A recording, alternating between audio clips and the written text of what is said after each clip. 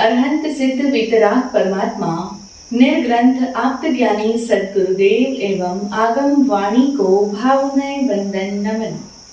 सभी भव्यात्माओं की भव्यता को प्रणाम। जय हो। हम सुन रहे थे अंतिम केवली के नाम से विश्रुत और पंचम गणधर श्री सुधर्मा स्वामी के प्रमुख अंतेवासी शिष्य श्री जम्बू स्वामी का जीवन चरित्र जम्बूचर्युम। जब जम्बू स्वामी ने दीक्षा नहीं ली थी, उससे पूर्व उनका विवाह 8 श्रेष्ठी कन्याओं के साथ में करवा दिया गया था और विवाह की रात्रि को 8 कन्याएं जो अब उनकी 9 परिणीता वधुएं हैं, उनकी पत्नियां हैं, वे 8 ही पत्नियां उन्हें समझाने का प्रयत्न कर रही है, उनसे वार्तालाप कर रही है और उन्हें दीक्षा से विमुख करना चाह रही है। लेकिन जम्बू कुमार पर उन सब की बातों का कोई असर ही नहीं हो रहा है। इधर उनके भवन में राजगृह नगर के एक प्रसिद्ध चोर प्रभव को जब यह पता लगा कि सेठ ऋषभ दत्त के यहाँ पर पुत्र का विवाह हुआ है, तो विवाह का अवसर है, अच्छा खासा माल हाथ लगेगा, इसीलिए प्रभव चोर अपने सभी साथियों को लेकर के उनके भवन में चोरी करने के लिए आया। विवाह की रात्रि है और प्रभव चोर अपने अनेकों साथियों के साथ में वहां चोरी करने पहुंच गया। उन सभी ने बहुत सारा माल गठरियों में बांधा, अपने ऊपर लादा और पुनः लौटने के लिए तैयार हो गए थे। लेकिन अचानक ही एक विचित्र सी घटना घटी। प्रभव चोर तो भवन से पहले ही बाहर निकल गया, लेकिन उसके सभी साथी अभी भवन में ही हैं और उसी समय में अचानक दैव योग से ऐसा हुआ कि उन सभी चोरों के पैर जमीन पर ज्यों के त्यों चिपक गए। वे जिस अवस्था में थे उसी अवस्था में वहां पर चिपक के खड़े रहे, स्थिर हो गए। अब वे जरा भी हिलडुल भी नहीं सकते थे। यह एक बड़ी विचित्र परिस्थिति हो गई। प्रभव चोर बाहर खड़ा अपने सभी साथियों के भवन से बाहर आने का इंतजार कर रहा है। जब बहुत देर हो गई और उसके साथी आए नहीं, तो वह झल्लाकर उन्हें देखने के लिए पुनः भवन में आया तो उसने देखा कि यह कैसी मुसीबत आन पड़ी है। उसके सभी साथी चिपक कर ज्यों के त्यों स्थिर खड़े हो गए हैं और वे जरा भी हिलडुल नहीं पा रहे हैं, प्रयत्न कर रहे हैं, लेकिन उनके शरीर का एक भी अंग मूवमेंट नहीं कर पा रहा है। ये कैसी अजीब सी विपदा आन पड़ी। प्रभु को बड़ा अफसोस होने लगा। वह पछता रहा है, लेकिन अब क्या किया जाए, कैसे इस मुसीबत से बाहर निकला जाए। उसने इधर उधर अपनी नजर दौड़ाई। भवन में उसे एक कक्ष से रोशनी आती हुई दिखाई दी और वहां पर जब उसने कान लगाए तो उसे वहां से कुछ लोगों के स्वरों की फुसफुसाहट भी सुनाई दी, यानी कुछ लोगों की बातें करने की धीमी धीमी आवाज भी आ रही थी। बस यह देखते ही प्रभु सीधा उसी कक्ष की ओर चला गया और कक्ष के अंदर पहुंच गया, जहां पर जम्बू कुमार और उनकी 8 नववधुएं वार्तालाप कर रहे थे। जैसे ही अपने कक्ष के अंदर इस नीरव रात्रि में अचानक किसी अनजान पुरुष को आता हुआ देखा, तो वे 8 ही नवविवाहिता वधुएं एक ओर को सरक करके बैठ गई। वे अचानक से इस तरह से एक अनजान पुरुष को आते हुए देखकर सहम गई और एक किनारे होकर के बैठ गई।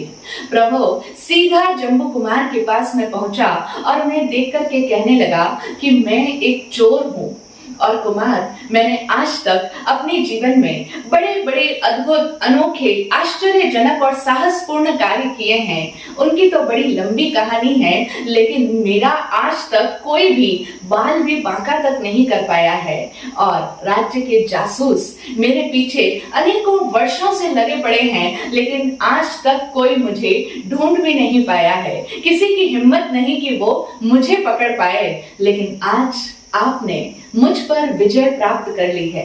आज आपने मुझे जीत लिया है, क्योंकि आपने न जाने कौन से ऐसे अस्त्र का प्रयोग किया है अथवा कौन सी विद्या का प्रयोग किया है कि आपने मेरे सभी साथियों के पैर जमीन से चिपका दिए हैं। अब मेरे साथी जरा भी हिलडुल भी नहीं सक रहे हैं और ये आपने बड़ी अद्भुत विद्या का अथवा शस्त्र का प्रयोग किया है। मैं आपके इस अद्भुत कौशल की अंतःकरण से सराहना करता हूँ, प्रशंसा करता हूँ। और साथ ही एक बात और बताता हूँ कि मेरे पास में भी 2 विद्याएं हैं। तो मेरी आपसे ये रिक्वेस्ट है कि आप मुझसे मेरी 2 विद्याएं सीख लीजिए। मैं आपको अपनी विद्याएं सिखाने को तत्पर हूँ, लेकिन आप अपनी यह चिपकावनी विद्या मुझे भी सिखला दीजिए। मेरा नाम प्रभव है। प्रभव की यह अनोखी सी अटपटी सी बातें सुन करके जम्बू कुमार ने उससे कहा, प्रभव, मैंने तुम्हारा नाम तो आज से पहले अनेकों बार सुना है, लेकिन आज तुम्हें प्रत्यक्ष रूप से अपने सामने देख रहा हूँ। रही बात विद्याओं के आदान प्रदान की, जो तुम कह रहे हो कि आप अपनी विद्या मुझे सिखा दीजिए और मैं अपनी 2 विद्याएं आपको सिखा देता हूँ, तो यह जो विद्याओं के आदान प्रदान की बात तुम कर रहे हो, सो मुझे तो कोई भी तरह की विद्या आती नहीं है और तुम्हारी विद्या सीखने की भी मुझे कोई इच्छा नहीं है, क्योंकि मैं तो आत्मविद्या सीखने के लिए इस संसार के सारे भोगों का त्याग करके मुनि दीक्षा लेना चाहता हूँ।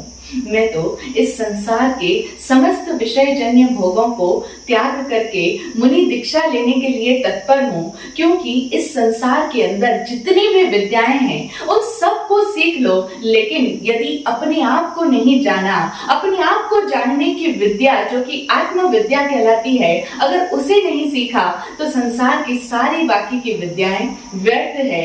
ऐसी अवस्था में मैं तुम्हारी उन विद्याओं को सीख करके क्या करूंगा, जब मुझे तो खुद ही आत्मविद्या सीखने के लिए प्रस्थान करना है।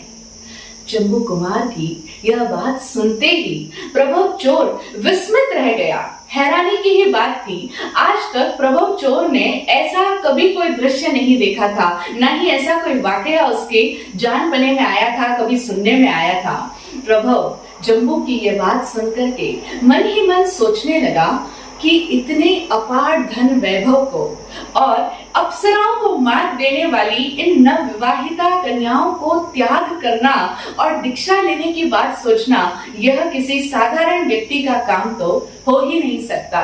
और यह त्याग करने वाला तो, दुष्कर त्याग करने वाला तो कोई प्रबल मनोबल वाला पुरुषोत्तम ही कर सकता है। ऐसा त्याग, इतना अपार धन वैभव चारों ओर बिखरा पड़ा है और ये अप्सराओं जैसी सुंदर कन्याएं इनकी पत्नियां हैं, आज ही तो विवाह हुआ है और इनके त्याग की बात कर रहे हैं जम्बू कुमार। यह त्याग, इनका यह त्याग करना साधारण बात नहीं है, क्योंकि हम इस दुनिया में देखते हैं कि हजारों लाखों करोड़ों लोग धन पाने के लिए कितना भी कोई भी तरह का नीच से नीच काम करने के लिए भी तत्पर हो जाते हैं। अपनी लोक लाज, मान सम्मान, नीति नियम, कानून, मर्यादा, कायदा सबको ताक पर रख करके धनोपार्जन अगर होता है तो वहां पर कोई भी तरह का काम करने के लिए तैयार हो जाते हैं और लोभ के वशीभूत होकर के अपने प्राणों को भी संकट में डाल देते हैं, अपनी जान भी जोखिम में डाल देते हैं और उस धन के प्रति धूल के समान भाव रखने वाला यह कुमार सचमुच धन्य है, अतिशय धन्य है। प्रभु के मन में जम्बू कुमार को देख करके आश्चर्य मिश्रित आदर का भाव पैदा हो रहा है और अब प्रभु मन ही मन में उस जम्बू कुमार के त्याग के बारे में सोच रहा है। प्रभु यूं तो चोर है, उसका पेशा चोरी करना है, लेकिन क्या एक चोर समझदार नहीं हो सकता? क्या एक चोर के भीतर सोचने समझने की शक्ति नहीं हो सकती? चोर का हृदय शुद्ध नहीं हो सकता? एक चोर भी पवित्र अंतःकरण वाला व्यक्ति हो सकता है। किसी ने कहा भी है कि हमें किसी भी व्यक्ति की पहचान उसके द्वारा किए जा रहे कार्यों से नहीं करनी चाहिए, बल्कि वह कैसा है उसके होनेपन से उसकी पहचान की जानी चाहिए। यानी a man should not be judged by his actions. हम किसी के भी कार्यों को देख करके उसकी अगर उसको जज करने जाएं कि ये तो ऐसा काम करता है इसका मतलब ये बुरा आदमी है, ये ऐसा बोलता है इसका मतलब ये बुरा आदमी है, ना, गलत हो जाएगा। हम किसी की भी पहचान उसके क्रियाकलापों से, उसके कार्यों से नहीं कर सकते।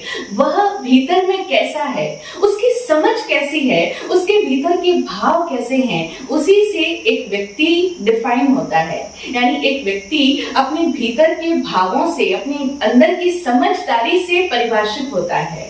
तो प्रभव चोर अपने भीतर कितना समझदार था कि उसको ये लग रहा है कि जम्बू कुमार सचमुच बहुत ही अलग है, ये साधारण व्यक्ति नहीं है। क्योंकि एक और तो ये उस धन के प्रति धूल के समान भाव रखते हैं, इनको धन के प्रति कोई लालच नहीं है, कोई ममता का भाव नहीं है। और सिर्फ इतना ही नहीं, जिस काम भोगों की लालसा जिनके हृदय में मरते दम तक नहीं छूटती है, ऐसे अनेकों वृद्ध लोग हैं जो मरते दम तक काम भोगों की लालसा से जिनके हृदय शून्य नहीं हो पाए हैं, जिनके हृदय में अभी भी काम वासना की इच्छा अपना स्थान जमा करके बैठी है। और इस लालसा के कारण से अनेकों लोग पथ भ्रष्ट हुए हैं, अपने मार्ग से विचलित हुए हैं।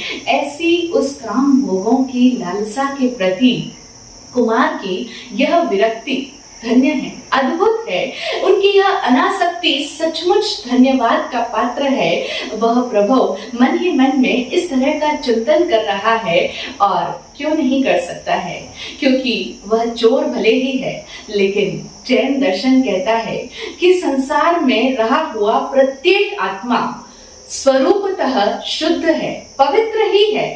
फिर वह चाहे उसकी आत्मा कैसे भी है, वह संसारिक अवस्था में चाहे वह चोर है, लुटेरा है, हत्यारा है अथवा आतंकवादी है, कोई भी भूमिका में वह है, लेकिन अगर उसकी आत्मा की बात की जाए तो आत्मा स्वरूपतः स्वभावतः सबकी शुद्ध ही होती है। इसीलिए तो हमारे यहाँ कहा जाता है सिद्धा जैसो जीव है, यानी हर जीवात्मा सिद्धात्मा के समान ही है। हम सबकी भीतरी अवस्था देखें तो वह सिद्धात्मा के समान ही है।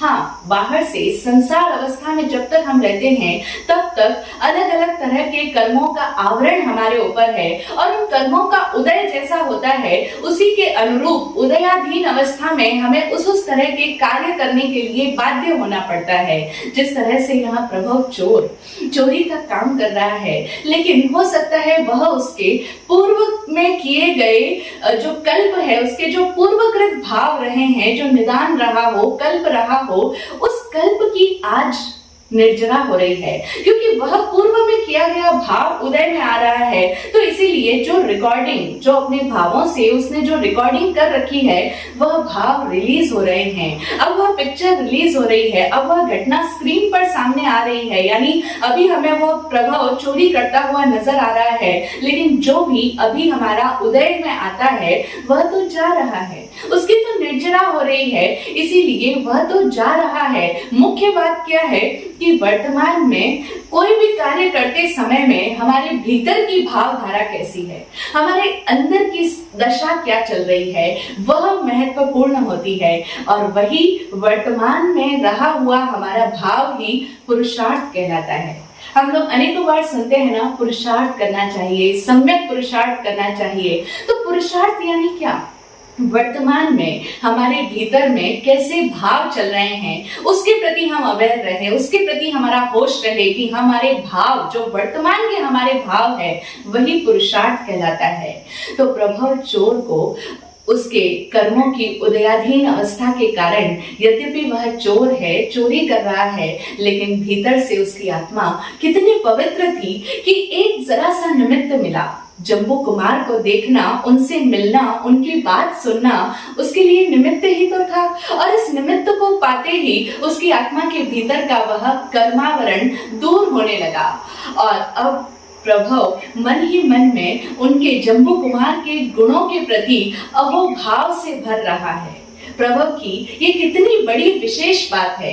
हम देखें कि प्रभव के मन में जम्बू कुमार के गुणों के प्रति अनुराग उत्पन्न हो रहा है, अहोभाव उत्पन्न हो रहा है, जब वो सोच रहा है कि सचमुच ऐसी अनासक्ति, ऐसी विरक्ति कितने लोग यहाँ इस दुनिया में देख लिए, लेकिन ऐसी अनासक्ति और ऐसी विरक्ति आज तक किसी के भीतर नहीं देखी। ये कुमार जो इतने अनासक्त हैं, इनके सामने 8-8 रूपवती कन्याएं बैठी है, लेकिन इन्हें उनसे कोई प्रयोजन नहीं। इनके घर में अपार धन वैभव है, ऐश्वर्य में पले बड़े हैं, लेकिन उससे भी उनकी जम्बू कुमार की कोई ममता का भाव नहीं है। तो इनकी अनासक्ति, इनकी यह विरक्ति, यह अद्भुत निष्प्रियता धन्य है। उसके भीतर इन गुणों के प्रति अनुराग का, प्रेम का भाव उत्पन्न हो रहा है, और यह जो गुणों के प्रति हमारे मन में प्रीति उत्पन्न होती है, अगर हम भी किसी के भी गुणों को देख करके उनके प्रति अहोभाव से भर जाते हैं, तो जिस तरह प्रभव चोर के साथ में हुआ कि गुणों के प्रति रहा हुआ अनुराग, जम्बू कुमार के गुणों को देख करके उसके मन में ये जो अहोभाव उत्पन्न हुआ, उसने उसकी गति को भी सम्यक बना दिया, यानी प्रभव के भी कर्मों का आवरण अब दूर होना प्रारंभ हो गया। हम लोग भी जीवन में जिस भी अवस्था में हैं, हमारे सामने जो भी लोग हैं, हम यदि उनके गुणों को देखते हैं और उनके गुणों को देख करके हमारे मन में अहोभाव आता है कि सचमुच धन्य है, ऐसे अद्भुत अद्भुत ऋषि मुनि महात्मा संत जन हुए हैं जो कितना अद्भुत त्याग करते हैं, अपने आत्म ध्यान में रमण करते हैं। यदि हम उनके इन गुणों को देख करके उनके प्रति अहोभाव पैदा होता है हमारे भीतर, अथवा हम उनके प्रति प्रेम भाव से, अनुराग के भाव से भर जाते हैं, तो यह गुणों के प्रति रहा हुआ अनुराग का भाव हमारी भी नैया को पार लगा देगा। इतना अद्भुत है यह गुणानुराग। इसीलिए गुणानुरागी हम सभी को होना चाहिए। गुणों को देखें और गुणों के प्रति प्रेम का, प्रीति का भाव हमारे भीतर पनपे, उस प्रभव की भांति। प्रभव के मन में जम्बू कुमार के प्रति अतिशय आदर का भाव उत्पन्न होने लगा। उसने भीतर ही भीतर वह जम्बू कुमार के गुणों के प्रति नतमस्तक हो गया। उनके प्रति इतना रिस्पेक्ट उसके भीतर में पैदा हो रहा है, और अब वह प्रकट में उनसे कहता है, इतनी देर तक तो उसके भीतर में भावों ही भावों में वो जम्बू कुमार के प्रति विनयावनत हो गया था, उनके प्रति अतिशय आदर से भर गया था। लेकिन अब वह जम्बू कुमार के सामने आकर के बोलता है कि कुमार, निस्संदेह यह बहुत ही शूरवीरता का काम है जो आप कर रहे हो, क्योंकि स्वतः जो हमें भोग उपभोग प्राप्त हो जाते हैं संसार के अंदर, ये सारे सांसारिक सुख भोग जो आपको खुद ब खुद प्राप्त हुए हैं, इन सब को त्यागना निस्संदेह बहुत ही शूरवीरता का कार्य है। और आपके इस त्याग की मैं अपने हृदय से सराहना करता हूँ, प्रशंसा करता हूँ, आपको वंदन करता हूँ। आपके इस त्याग वृत्ति को, आपके इस त्याग की भावना को मैं हृदय से वंदन करता हूँ, नमन करता हूँ। लेकिन कुमार, मेरी समझ के अनुसार आप जरा उतावलापन दिखा रहे हैं। मुझे आपका यह त्याग असामयिक जान पड़ता है। असामयिक यानी सही समय पर नहीं कर रहे हो आप यह त्याग। मुझे ऐसा लगता है कि आप बहुत ही जल्दबाजी दिखा रहे हो, क्योंकि अभी अभी आपका विवाह हुआ है और अभी अभी आपकी गृहस्थी बसनी शुरू हुई है। तो इसीलिए मैं आपसे ये निवेदन करना चाहता हूँ, मेरी समझ ऐसा कहती है कि अभी आपको कुछ समय तक संसार में रहना चाहिए। आपने जो गृहस्थी बनाई है, बसाई है, विवाह किया है, तो थोड़े समय तक गृहस्थी में रहिए। और मैं चूंकि आपसे इतना अधिक प्रभावित हूँ, आपके गुणों के प्रति नतमस्तक हूँ, तो आप गृहस्थी में रहिए और मैं भी चोरी का काम छोड़ करके आपका दास बन करके रहूंगा।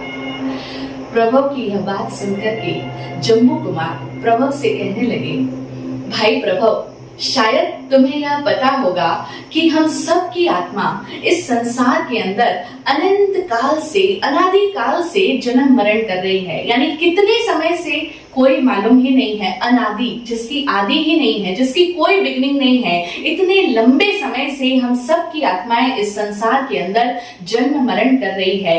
और इतनी बार जो हमने जन्म मरण किए हैं, उसके दौरान नरक, तिर्यंश, मनुष्य, देव योनि में सब स्थान पर अधिकांश आत्माओं ने अनादि बार, अनंत बार इन विषय भोगों का सेवन किया है, सांसारिक भोग उपभोगों को भोगा है। और ऐसे में जब हम अनंत बार इन भोगों को भोग चुके हैं, तो अब इस समय में यदि हम इनका त्याग करते हैं तो ये जरा भी जल्दबाजी नहीं है, ये कोई उतावलापन नहीं है, बल्कि मैं तो कहूंगा कि ये बहुत विलंब है। यानी अब भी अगर हम इन्हें छोड़ दें तो यह तो बहुत विलंब कर रहे हैं हम। और वैसे भी देखो, जब अनंत काल से हमारा आत्मा इन काम भोगों को, इन सांसारिक सुखों को भोग करके आज तक भी तृप्त नहीं हो पाया, तो फिर भला एक जीवन में थोड़े वर्षों में कैसे तृप्त हो जाएगा। एक जीवन के तो वर्ष लिमिटेड होते हैं, सीमित होते हैं, तो इन वर्षों में हम सोचे कि हम और इन सांसारिक सुखों का भोग कर लें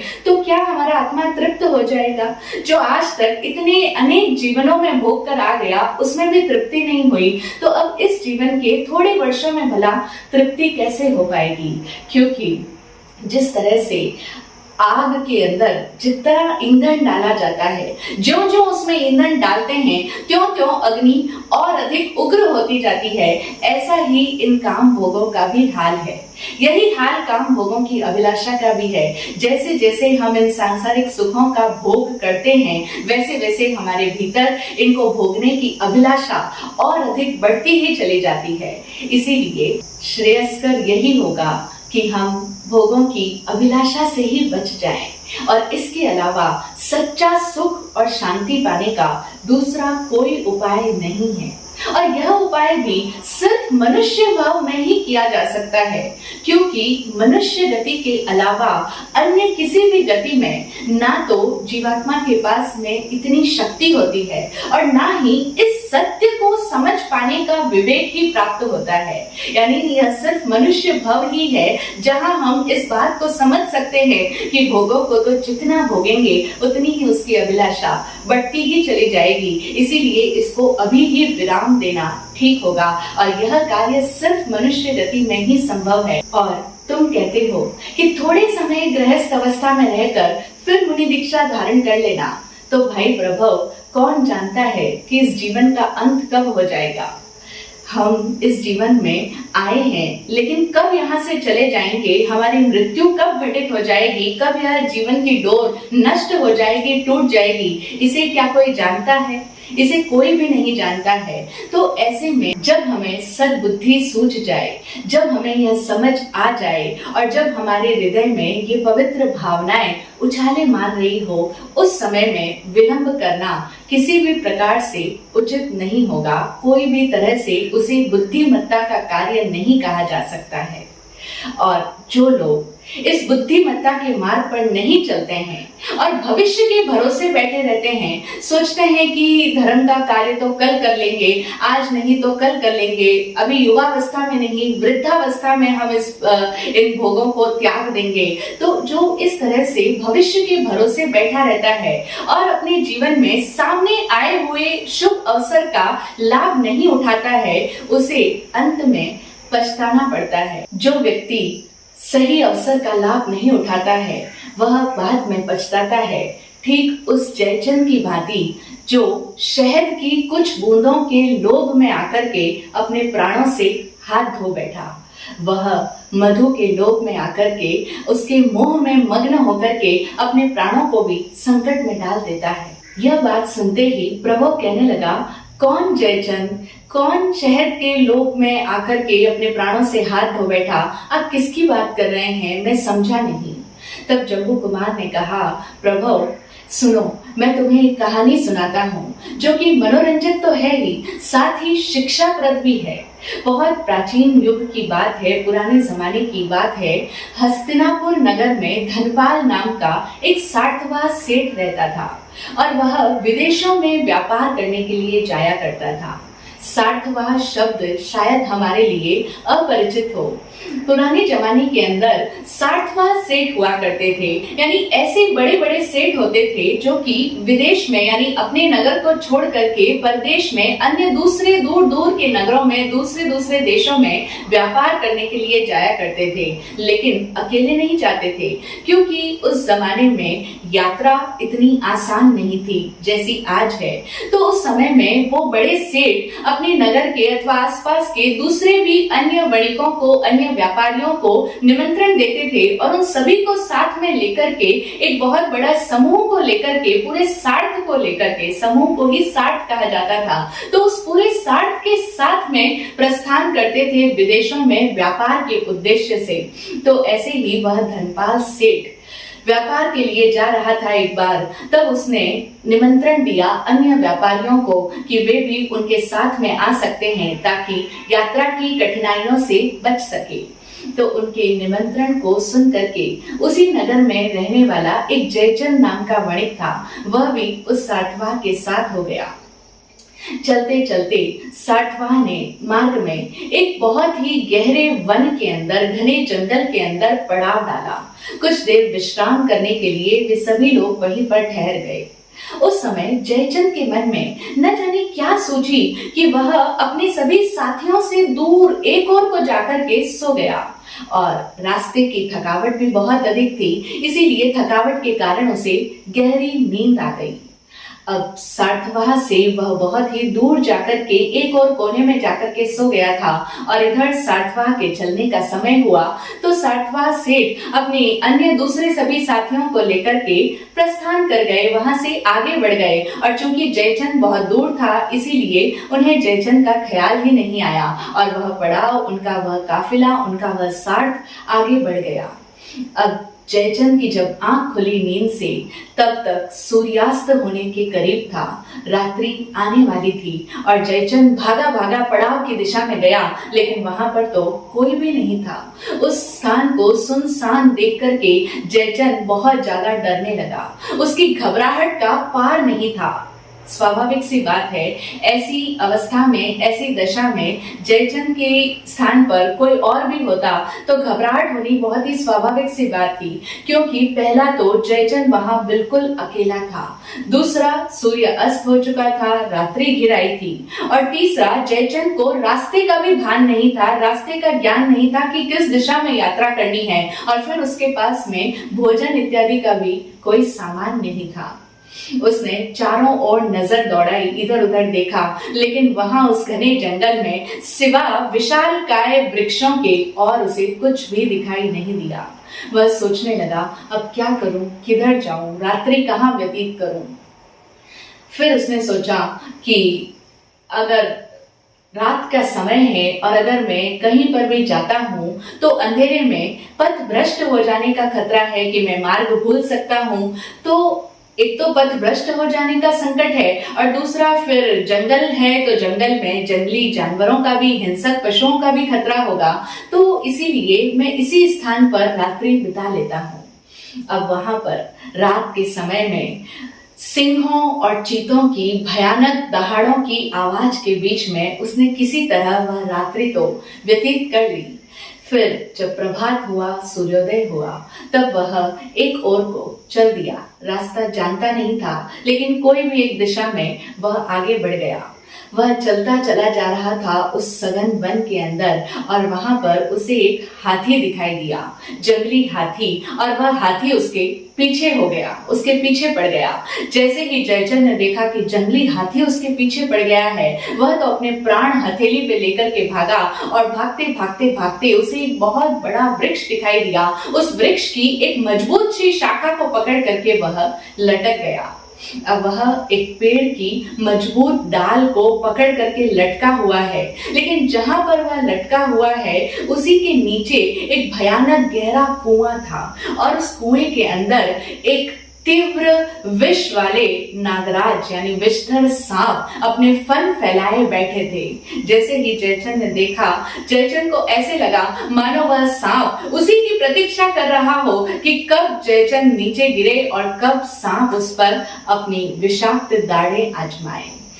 इतना ही नहीं, जब वह पेड़ की डाली को पकड़ करके लटक गया तो उस हाथी को बड़ा ही क्रोध आया, उसे बड़ा गुस्सा आया और वह हाथी अपनी मोटी और मजबूत सूंड को उस पेड़ के तने से लपेट करके उस पेड़ को हिलाने का, उसे उखाड़ने का प्रयत्न कर रहा था।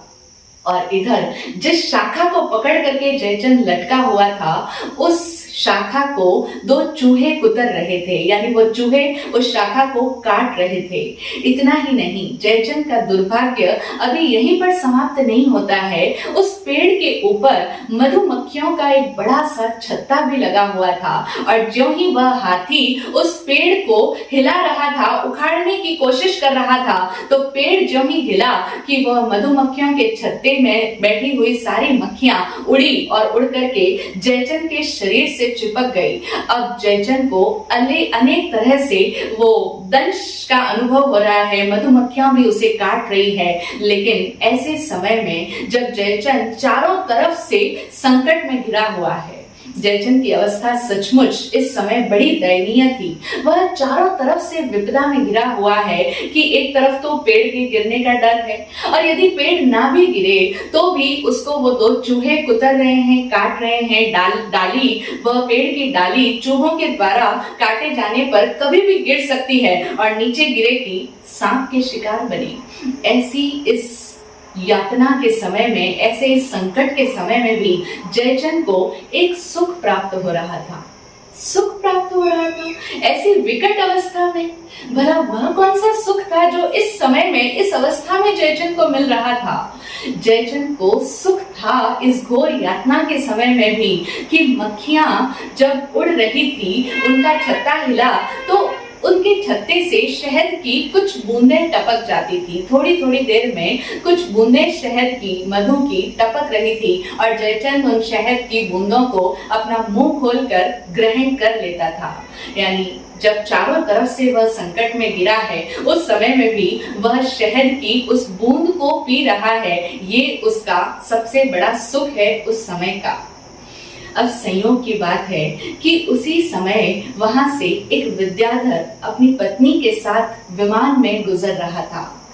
विद्याधर के साथ में जो उनकी पत्नी बैठी थी, उस पत्नी की नजर अचानक उस जयचंद पर पड़ी, उस मनुष्य पर पड़ी जो कि इस संकट की अवस्था में है। तो विद्याधरी ने जैसे ही उस मनुष्य को देखा, उसने अपने पति से कहा कि प्राणनाथ देखो, वह बेचारा मनुष्य चहुमुखी विपदा से घिरा हुआ है और हम लोग सहज ही इस समय उसके प्राणों की रक्षा कर सकते हैं। इसीलिए आप शीघ्रता कीजिए और उस इंसान को बचाइए, अन्यथा वह अपने प्राणों से हाथ धो बैठेगा। विद्याधरी के मन में सहज ही उस इंसान की उस अवस्था को देख करके दया उत्पन्न हो गई, करुणा आ गई। कोई भी यदि ऐसे संकट में गिरे हुए इंसान को देखेगा तो हृदय में करुणा का भाव, दया का भाव, उसकी सहायता करने का भाव सहज ही उत्पन्न हो जाता है। लेकिन विद्याधरी की बात को सुन करके विद्याधर ने भी उधर देखा, जयचंद को देखा, अच्छी तरह से देखा, और देखने के पश्चात उसने अपनी पत्नी से कहा कि प्रिय, इस संकट के समय में भी ये इंसान उस शहद की बूंद के आने की प्रतीक्षा कर रहा है, और ऐसे संकट के समय में भला किसी को शहद की बूंद खाने का भला सोच भी कैसे सकती है? कैसे किसी के दिमाग में आ सकता है कि मैं शहद की बूंद का पान कर लूं, उस शहद का रसास्वादन कर लूं? ऐसी भला इस संकट के समय में किसे सोच सकता है? लेकिन देखो, ये इंसान कितनी लोलुपता से उस छत्ते की ओर टकटकी लगा करके बूंद के आने की प्रतीक्षा कर रहा है, और उसकी ये लोलुपता भरी निगाहें देख करके मुझे लगता नहीं कि ये हमारी बात सुनेगा। पति की यह बात सुनकर के विद्याधरी ने कहा कि स्वामी, यदि यह हमारी बात नहीं सुनेगा तो उसका फल स्वयं ही भोगेगा, लेकिन हमें तो अपने कर्तव्य का पालन करना चाहिए। विद्याधरी की बात मानकर के विद्याधर ने अपने विमान को जयचंद की ओर ही घुमाया और उसके पास में जाकर के उससे कहा कि तुम इस समय में बहुत मुसीबत में फंसे हुए हो भाई, और इसीलिए आओ तुम हमारे विमान में बैठ जाओ। यह विमान तुम्हें सुरक्षित स्थान पर पहुंचा देगा, और इस समय में तुम्हारे प्राणों की रक्षा करने में यही एकमात्र सहारा है। हम तुम्हें सुरक्षित स्थान पर पहुंचा देंगे। जयचंद ने विमान में बैठे हुए विद्याधर को देखा, उसकी बात को सुना, और फिर उसने कहा कि मैं आपका कृतज्ञ हूँ, आभारी हूँ, लेकिन आप कुछ देर के लिए जरा ठहर जाइए। बस शहद की एक बूंद आ रही है, मैं जरा उसे ग्रहण कर लूं, फिर आपके साथ में चलता हूँ। विद्याधर ठहर गया। जयचंद की बात को सुन करके वह वहीं पर ठहरा रहा। शहद की बूंद भी आ गई।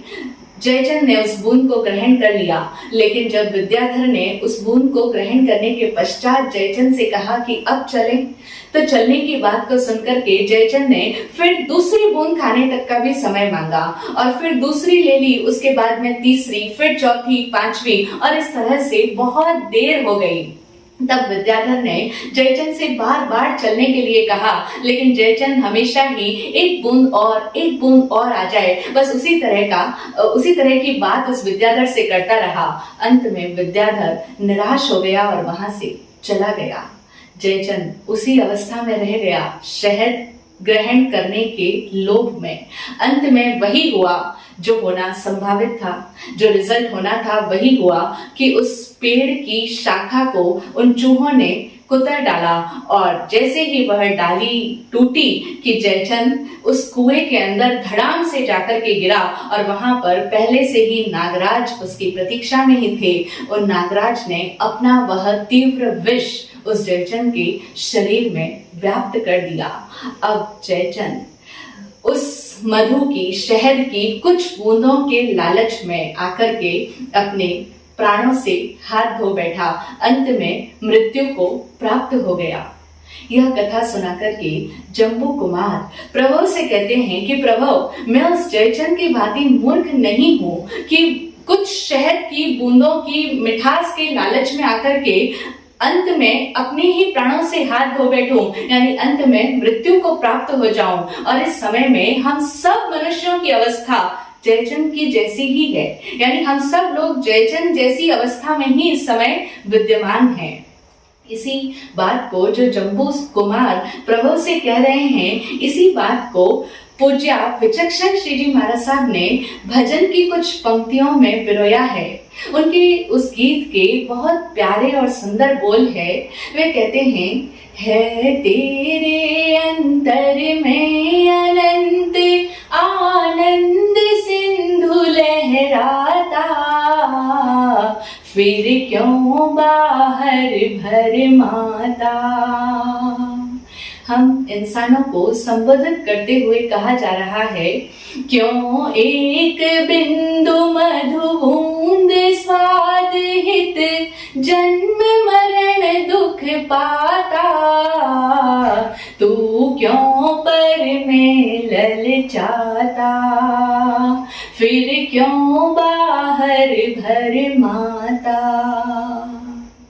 कितना सटीक कहा है तेरे अंतर में अनंत आनंद सिंधु लहराता, फिर क्यों बाहर भरमाता, क्यों एक बिंदु मधु बूंद स्वाद हित जन्म मरण दुख पाता, तू क्यों पर में ललचाता। हम सब इंसानों को यह बात समझने की है, जो जम्बू स्वामी या जम्बू कुमार प्रभु को समझा रहे हैं कि भाई, इस समय में हम सभी इंसानों की अवस्था भी जयचंद जैसी ही है। यानी वो एक जयचंद था, वो सिर्फ उसे कथा रूप में ना समझो, हम सबके साथ भी यही घटित हो रहा है। कैसे, उसे भी बता देता हूँ। जम्बू कुमार प्रभु को स्पष्ट तरीके से समझाते हैं कि जो सघन वन है, उस सघन वन का मतलब है यह संसार रूपी वन। यह संसार सघन वन के समान है और उसमें 60वां सेठ के समान है जिनेंद्र भगवान, तीर्थंकर भगवान अथवा उनकी वाणी। और जो व्यक्ति तीर्थंकर भगवान से अथवा उनकी वाणी से दूर जाकर के प्रमाद की निद्रा में मगन हो जाता है, वह इस संसार रूपी वन के अंदर उसे भटकना ही पड़ता है। वह अनंत काल तक इस संसार रूपी वन में ही भटकता चला जाता है। और फिर उस वन के अंदर भटकते भटकते पागल जंगली हाथी उसके पीछे पड़ गया था, जयचंद के पीछे। ठीक उसी तरीके से काल रूपी हाथी हम सबके पीछे भी पड़ा हुआ है। हम इंसान आगे आगे जा रहे हैं और हमारा काल हमारे पीछे पीछे आ रहा है, जो हमारा अंत करने के लिए कटिबद्ध है। और जो वहां पर कुएं के अंदर नागराज बैठे थे, ठीक उसी तरीके से हमारे सामने भी नरक आदि दुर्गतियां हैं और नागराज के दंश के समान उनकी जो यातनाएं हैं, नरक, तिर्यंच इत्यादि दुर्गतियों में जो हमें यातनाएं, तीव्र यातनाएं, दुख, वेदना उत्पन्न होती है, वह उस सर्प के दंश के समान है। और फिर हम जीवन रूपी वृक्ष की आयु रूपी शाखा पर अवलंबित है, यानी हम सभी लोग इस जीवन रूपी वृक्ष के ऊपर उसकी जो आयुष्य की शाखा है उसके ऊपर आसीन है, उसके ऊपर टिके हुए हैं, लेकिन उस शाखा को भी दिन और रात रूपी दो चूहे हर पल कुतर कुतर कर नष्ट कर रहे हैं। यानी ये दिन और रात बीती चली जा रही है और हमारा आयुष्य पल पल बीतता चला जा रहा है। और वो जो मधुमक्खियां हैं, उन मधुमक्खियों के समान ही हमारे कुटुंबी जन हैं, हमारे सारे पारिवारिक जन हैं, जो कि हमें एक अलग ही तरह से कष्ट पहुंचाते हैं। कभी हमें कहते हैं हमारे लिए ये लाओ, वो लाओ, ये करो, वो करो। इस तरह से वो मधुमक्खियों का अलग ही दंश है। ऐसे ही हमारे कुटुंबी जन हमें इस तरह से अलग ही तरह से निरंतर परेशान करते रहते हैं, त्रस्त करते चले जाते हैं। लेकिन ऐसी अवस्था में भी इंसान उस मधु के लालच में रहता है कि इस संसार से, इन इंद्रियों के विषयों से जो सुख मुझे मिल रहे हैं, मैं उन सुखों का भोग करता चला जाऊं। तो हम सब की स्थिति जयचंद की जैसी ही स्थिति है। वो मधु की बूंद के समान इस इंद्रियों के सुख है जो सांसारिक भोगों के माध्यम से प्राप्त हो रहे हैं। लेकिन प्रभव, अगर तुम इस जयचंद की स्थिति को ठीक ठीक समझ लो तो अब बताओ कि क्या जयचंद बुद्धिमान था? अगर तुम जयचंद को बुद्धिमान मानते हो तो इस दुर्लभ मनुष्य भोग को पाकर के इस सांसारिक विषय जन्य सुखों की लालसा में लोभित रहने वाले इंसान को तुम समझदार मानोगे। लेकिन अगर तुम जयचंद को मूर्ख मानते हो, अगर वह नासमझ है, अविवेकी है, तुम्हें भी यह बात समझ में आती है, तो हम सबको उसका अनुकरण नहीं करना चाहिए, बल्कि हमें आत्मरक्षा का प्रयत्न करना चाहिए। यानी जिस तरह से हमारी रक्षा हो जाए, हमारी आत्मा की सुरक्षा हो जाए, ऐसा प्रयत्न करना चाहिए। अब तुम ही बताओ, ऐसे में क्षण भर का भी प्रमाद करना कितनी बड़ी मूर्खता होगी, कितनी बड़ी अविवेकता होगी। बुद्धिमत्ता का कार्य कदापि नहीं कहा जा सकता है इसको। इसीलिए प्रभु, मैंने यह दृढ़ निश्चय कर लिया है कि मैं सद्गुरु रूपी उस धर्म विमान का आश्रय लेकर के, जो विमान मुझे यथेच्छ स्थान पर पहुंचाएगा, यथेच्छ स्थान यानी मुझे सुरक्षित मोक्ष के अंदर पहुंचा देगा, अव्याभात सुख में मुझे पहुंचाने वाले जो सद्गुरु हैं, जो उस विद्याधर के समान हैं, उनके उस धर्म रूपी विमान का आश्रय लेकर के अब मैं अपनी आत्मरक्षा के लिए प्रयत्नशील होऊंगा, उसकी ओर कदम बढ़ाऊंगा। और इसके लिए मैं दृढ़ प्रतिज्ञ हूँ, संकल्पबद्ध हूँ। और वहां पर उस मोक्ष में कोई भी तरह की अशांति नहीं, कोई भी तरह की बाधा नहीं है। क्योंकि बाधा, अशांति, असंतोष, दुख, पीड़ा, संताप, ये सब तभी तक है जब तक इंसान को सुख पाने की लालसा है, जब तक इंसान को यह लगता है कि मैं उससे सुख प्राप्त कर लूंगा। वह व्यक्ति, वस्तु, विषय, ये सामग्रियां, ये सुख के साधन, ये हमें सुख दे देंगे, ये सोच ही हमारे दुख का, संताप का कारण बनती है। और इसका अंत सिर्फ मुक्ति की अवस्था में ही होता है, जहां पर कोई भी तरह का ना तो जन्म मरण का दुख है और ना ही कोई तरह की कामना से उत्पन्न होने वाला दुख है। यानी कि एक बात तो स्पष्ट है कि संसार के अंदर जो भी व्यक्ति दुख प्राप्त कर रहे हैं, वह दुख उन्हें कोई और नहीं देता, उनकी अपनी कामना ही दुख को उत्पन्न करती है। यानी यह सत्य अब हम सबको समझ में आ चुका है कि जब तक हमारे मन में कामना है, किसी अन्य से सुख पाने की लालसा है, तब तक हमें दुख भी प्राप्त होता ही रहेगा, तभी तक दुख भी है। इसीलिए तो कहते हैं कि मुक्त अवस्था में ना सुख है ना दुख है। अब चाहे कोई उसे बिना बाधा का सुख कह दो, लेकिन वहां पर सुख भी नहीं है और दुख भी नहीं है। जिस रूप में हम सुख को समझते हैं, ना तो ऐसा सुख है और ना ही कामना से उत्पन्न होने वाला असंतोष, असंतोष के कारण उत्पन्न होने वाली अशांति और अशांति से उत्पन्न होने वाला दुख, पीड़ा, कष्ट, संताप, ऐसा कुछ भी नहीं है। तो इसीलिए मैं धर्म की शरण ग्रहण कर रहा हूँ और मुनि दीक्षा लेने के लिए तत्पर हूँ। जम्बू कुमार की यह इतनी स्पष्ट खुले शब्दों में समझाई गई बात प्रभु को भला कैसे समझ नहीं आती। जो व्यक्ति बिना बोले ही जम्बू कुमार के गुणों को देख करके उनसे प्रभावित हो गया, अब तो जम्बू कुमार ने उसे इतना स्पष्ट उदाहरण देकर के समझाया है, तो प्रभु को भला वह बात समझ में कैसे नहीं आती।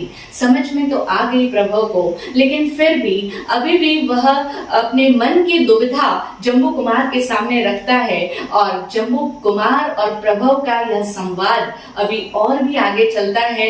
बहुत ही इंटरेस्टिंग उन दोनों का वार्तालाप है, उन दोनों की बातचीत, दोनों के बीच हुआ संवाद बहुत ही इंटरेस्टिंग है, लेकिन उसको हम सुनते हैं आगे समय आने पर। शेष अगले भाग में आज इतना ही। ओम शांति, ओम शांति।